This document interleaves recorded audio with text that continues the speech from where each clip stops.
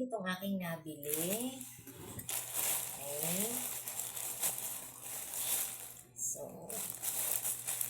ito siya nabubuksan. Open it. Ito natin yung wagang lunching.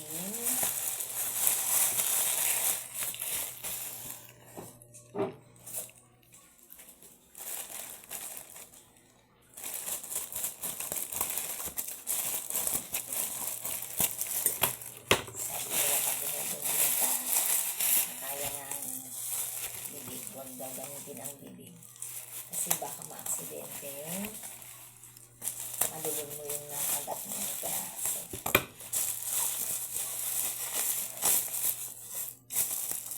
Uy.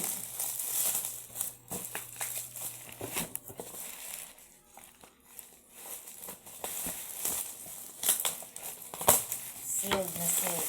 Ayos yung seller. Sana maayos yung ating nag-deliver sa atin. So, ito ay fruit juicer. Okay? Yan. Fruit juicer siya. So, meron siyang freebies.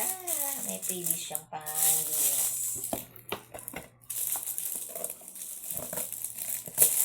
Thank you po sa freebies.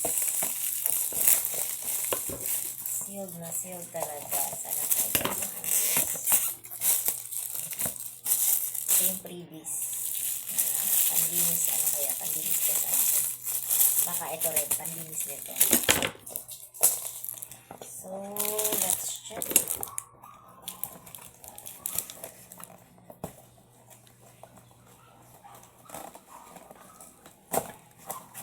Okay, yung una kong nabili nito, o ibang brand, maayos.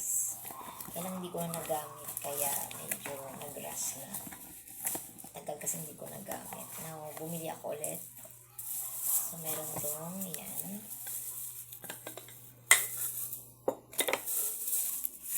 Okay.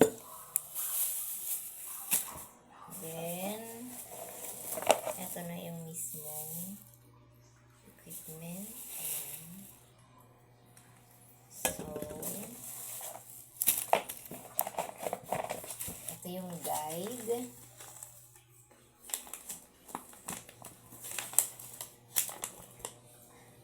So, try natin to mamaya. Kasi need pa natin i-charge. And then, at the same time, yung pang-charge. Okay, so, i-charge natin to and then try natin mamaya kung paano to gagana. Okay. Sa next na video na yung pag-blend natin ng pipino with lemon. Umpisan natin doon. And then, susunod ay yung carrots naman. Kasi mahilig din ako sa carrots. Masarap yung carrots na na-blend. Although sometimes kinakain ko ng fresh. Kinakat ko lang into circle or plain na kinakain ko yung carrots na maliliit. Yan. Pag malaki yung carrots, kinakat ko into pahaba. Yan. Masarap siya. And, ayan, tignan natin. So, dito, yan, may cute siya. Okay. Ito yung lagayin actually ng juice. Ito po pag minix na yung fruits and veggies dito. And, as you can see, doon sa una kong nabili, 3 lang.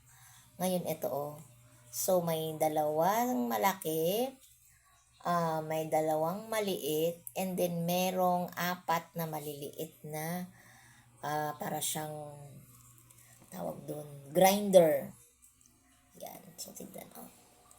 Cute. Ngayon ko lang nakakita ng ganito na may maliit na grinder. Dati 2 or 4 lang yan na pang slicer.